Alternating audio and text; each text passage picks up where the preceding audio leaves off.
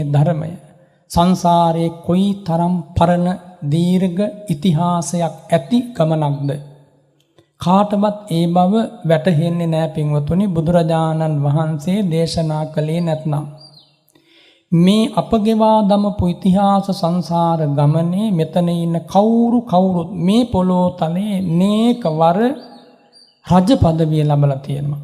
සිටු තනතුරු ලැබලා තියෙනවා. මේ අද මනමඩුවේ ඉන්න කවුරුත් ඈත සසරේ නෙමෙයි මේ භද්‍ර කල්පයේ මුල් කාලේ ගත්තොත් මේ කවුරුත් මේ පොළොවේ රජ වෙලා ඇති. මේ කවුරුත් මේ පොළොවේ සිටු වෙලා ඇති. මේ කවුරුත් මේ පොළොවේ නේකාකාර සැප සම්පත් වස්තු ආදිය ලැබලා ඇති. ඕන තරම් ජීවිත එහෙම ගෙවුණ ඉතිහාසය. ඒ අතරට පින්වතුනි සෝචනීයම කාරණය තමයි මේ භද්‍ර කල්පේ විතරක් ගත්තොත් අප සියලු දෙනා කී වතානමක් නම් ත්‍රිසංගත සතුන් අතර ඉපදෙන්නට ඇතිද? කී වතාවක් නම් പ്രേත ලෝකයේ പ്രേතයන් අතර ඉපදිලා දුක් විඳින්නට ඇතිද? කී වතාවක් නම් මහා නිරයේ ඉපදිලා අසුර ලෝකේ ඉපදිලා අප්‍රමාණ ලතැවුලි මතින් වෙහෙසටපත් වෙන්න ඇතිද? එහෙම ඉතිහාසයක් පින්වතුනි අප සියලු දෙනාටම මේ භද්‍ර කල්පයේ මුල් කාලේ තිබුණා. මහා මොග්ගල්ලාන රහතන් වහන්සේ පවා මේ භද්‍ර කල්පයේ ඉතිහාසයේ යුගයක පාපී මාරයා ලෙස ඉපදුනා නම් පින්වතුනි අපවන් කෙනෙක් දුගතියක ඉපදුනාය යන කාරණය සත්‍යක්මයි. හැබැයි එහෙම ඉතිහාසයක් ඇති බව දැන් අපට පෙනෙන්නේ නැහැ. මතු පිටින් බැලුවට මේ කතා කරන මම අසන ඔබ පින්වතුනි එහෙම මහ බිහිසුණු සෝචනීය ඉතිහාසයේ අවස්ථාවලටපත් වුණා.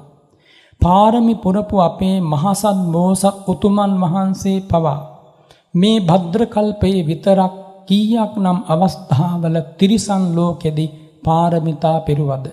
මම මේ සිහි කළේ බෝසතාණන් වහන්සේත් මේ භද්‍ර කල්පයේ විතරක් බොහෝ වාරවල තිරිසන් ලෝකෙ ඉපදුනා නම් මේ අපවන් සාමාන්‍ය කෙනෙක් මේ භද්‍ර කල්පයේ තිරිසන් ලෝකෙ ඉපදුනාය යන කාරණය අරුමයක් නෙමෙයි. මේ කල්පයේ මතු නෙමෙයි ඉතිහාසයේ ගෙවුන කල්ප පින්වතුනි ගණන් කරන්න බෑ. සංසාරයේ කල්ප වශයෙන් ගණන් කළා කියන්න බැරි තරම් දීර්ඝ කාල පරිච්ඡේදයක්. කාටවත් තර්ක කරන්න බෑ ඒ ඈත සංසාරේ කවුරුත් අප අතර හිටියේ නෑ කියලා. ඒ සංසාරයේ සැප පිරුණ එකක් කියලා කාටවත් තර්ක කරන්න බෑ. ඒ සංසාරයේ සහනයෙන් පිරුණ එකක් සුගතියෙන් සුගතයට පියමන් කරපු ගමන් මාර්ගයක් කියලා කාටවත් කියන්න බෑ. ඒ සංසාර ගමනේ වැඩිපුරම අපට ලැබුණේ සැපත සුවය සහනයයි කියලා කාටවත් කියන්න බෑ. ඇයි කියන්න බැරි?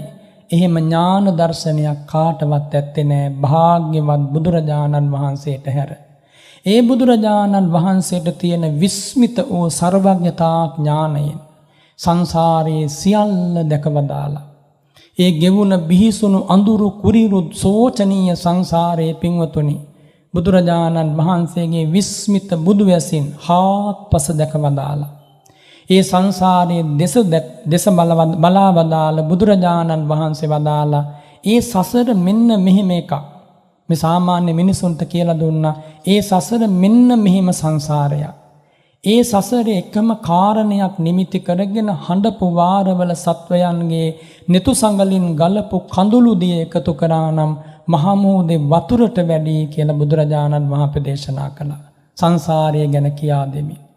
ඒ බිහිසුණු සංසාර ගමනේ ගෙල කැපුම් කාපු වාරවල ගැලූ උණුලේ එකතු වුණා නම් කොතනක හෝ සතර මහා සාගරේ වතුරට වැඩි ලේ කඳක් එකතු වෙනවා.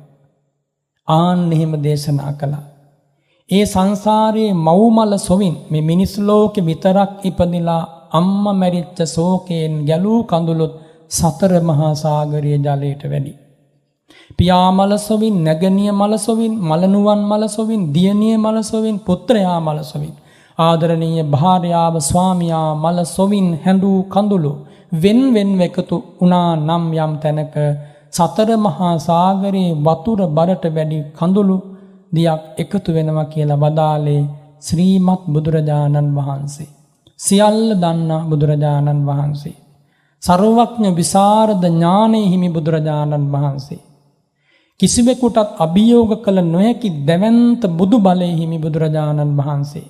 දෙවියන්ටත් නැති බ්‍රහ්මයන්ටත් නැති ඥාන මහිමය හිමි බුදුරජාණන් වහන්සේ. එහෙනම් පින්වතුනි කාටවත් ඒ උතුම් ප්‍රකාශයට තර්ක කරන්නට බෑ. එහෙම සසරක් ගෙවා පැමිණි අපට තමයි අද ඒ අනුවේදනීය ඉතිහාසය ගැනත් කියා දී ලැබිච්ච උතුම් මිනිසත් බව බුද්ධ ශාසනය ධර්ම ශ්‍රවණේ යෝනිසෝ මනසිකාරය මේ පිහිටපු ශ්‍රද්ධාව සත්පුරුෂකම මේ වගේ වටිනාකම් සංඝ දර්ශනය බුදුරජාණන් වහන්සේගේ ශාසනයේ මුණ ගැසීම ඒ වටිනාකම මහා කරුණාවෙන් කියා දුන්නේ. එනිසා දැන් අපට මේ ලැබිලා තියෙන අත්‍යුදාර අවස්ථාව මේ උතුම් මොහොත පින්වතුනි ඔබේම මගේම නිවීම පිණිසයි.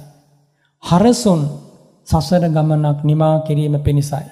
අර්ථ ශූන්‍ය ගමනක්, හිස් වූ ගමනක්, තුච්ඡ වූ ගමනක්, බොල් වූ ගමනක්, දුක්ඛදායක ගමනක් අවසන් කිරීම පිණිසයි.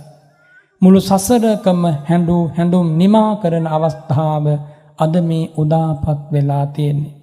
මේ මොහොත ගෙලිහිලා ගියොත් මේ උතුම් දහම් පණිවිඩය ආයේ කවරදාක අසන්නට ලැබෙයිද කියලා කියන්ට දන්නේ නැහැ. මේ මොහොත ගිලිහිච්ච අප්‍රමාණ පිරිසක් බුදුරජාණන් වහන්සේ දේශනා කරනවා සෝචන්ති ශෝකයටපත් වෙනවා කියලා. කනාතීතාහි සෝචන්ති නිරයම් හි සමප්පිතා කියලායි දේශනා කළේ. මේ ක්ෂණ සම්පත්තිය ඉක්මවා ගියොත් මේ අවස්ථාව ගිලිහවා ගත්තොත් ශෝක කරනව හැර වෙන දෙයක් ඉතුරු වෙන්නේ නැහැ. එනිසා මතු පිටින් පෙනෙන ජීවිතයට වැඩි සෝචනීය බවක්, බැරෑරුම් බවක්, සන්තාපකර බවක්, අවදානමක් අප ජීවිත ඇතුලේ තියෙනවා පින්වතුනි. ඒක මතු පිටින් පෙනෙන්නේ නැහැ, සාමාන්‍ය නුවණට හසු වෙන්නේ නැහැ. සාමාන්‍ය ලෝකේ හැමදාකම වැදුනේ තරංගයක සතුට හොයාගෙන ඇස කන නාසය දිවකය ඇඟමස මේවා පිනවන්නට කිසියම් ඌම ලාභයක් සත්කාරයක් කෑමක් බීමක් වස්ත්‍රාභරණයක් කාම වස්තුවක් සොයා යන ගමනක යෙදුන ලෝකයක් තමයි සාමාන්‍ය ලෝකය. සාමාන්‍ය පුහුදුන් මිනිසාගේ චිත්තාචාර අදහස් චේෂ්ඨා අපේක්ෂා බලාපොරොත්තු අරමුණු ගවේෂණ ඔක්කොම මේ සාමාන්‍ය පුහුදුන් ලෝකයේ බුදුරජාණන් වහන්සේ දේශනා කරනවා ජරා ධර්මයට පත්වෙමින් ජරාවම ගවේෂණය කරනවා. ශෝක ධර්මයේ ගිලී සිට ශෝකයම හොයනවා. ජරාව ව්‍යාධිය විපත මරණය ශෝකයම ඒ තුලම පිහිටාගෙන එව්වම නැවත නැවත හොයනවා. ජාති ජරා මරණවල ගිලෙමින් ජාති ජරා මරණම හොයනවා. සාමාන්‍ය ලෝකය. ඒක තමයි සාමාන්‍ය ලෝකයා එදත් හොයපු දේ, අදත් හොයන දේ, මතුමත්තටත් හොයන දේ. එවන් ගවේෂණයක් හඳුන්වන්නේ අනාර්ය ගවේෂණය කියලා. උතුම් නොබෝ දේ සොයා යෑම. ඒක ඉතිහාසයේ පින්වතුනි ඕනතරම් යහමින් තිබුණා. ලෝකේ අදගත්ත් අති බහුතරයක් මානවයා උතුම් නොවන දේම හොයාගෙන මහා තරංගයක කිසිවෙක් කිසිදාක ඒ තරංගයේ ජය අරගෙන නැහැ. ජය ගන්නට ලැබෙන්නේ නැහැ. ජරා මරණ ව්‍යාධි පසුපසින් මොහොතක් අත් නොහැර හඹාගෙන එද්දී මොන මිනිසෙකුටවත් රජකම් පැමිණියයි කියලාවත් දැන් මම දිනුවයි කියලාවත් සෑහීමක් නම් ලබන්නට බෑ. මේ සංසාර ගමනේ කිසිම තනතුරකටපත් වෙලා කිසිම ලෝකයක ඉපදිලා කිසිම සත්වයක අතර ජන්මලාභය ලැබලා කවදාවත් දැන් මම සැනසෙල්ලක් අස්සසිල්ලක් ලැබුවේ මේ කියලා කාටවත් ලෝකේ සැනසෙන්න බෑ. හේතුව මොකද? ජාතිය ජරාව ව්‍යාධිය මරණය ශෝකය කොතනත් උරුමයි. මේ මිනිස් ලෝකෙසේම දෙව්බඹ පුරයේ ඉපදෙන අය කවදා නමුත් ඒ කල් ගෙවා අවසන් කොට ආයෙමත් දුගතියට වැටෙනවා. සංසාරයේ තරමක් හෝ සැපතක් පින්වතුනි කවදාවත් දුගතියට වැටෙන්නේ නැත්නම් මෙරි මෙරි ඉපදුනත් සුගතිය නම් උපදින්නේ තරමක් හෝ සසර සැපයි කියලා හිතන්න පුළුවන්. හැබැයි එකවරක් සත්වයක් සුගතිය උපදිනකොට කෝටි වාරයක් නෙමෙයි අසංකේය අප්‍රමේය වාරයක් උපදින්නේ දුගතිය. නුවණැත්තෝ ප්‍රඥයෝ මේ සනාතන සත්‍ය විස්මිත පැනසින් දැකපු උදවිය ඒ ආර්යයන් වහන්සේලා සසර කෙලේ කලකිරෙන්නේ පින්වතුනි අවබෝධඥා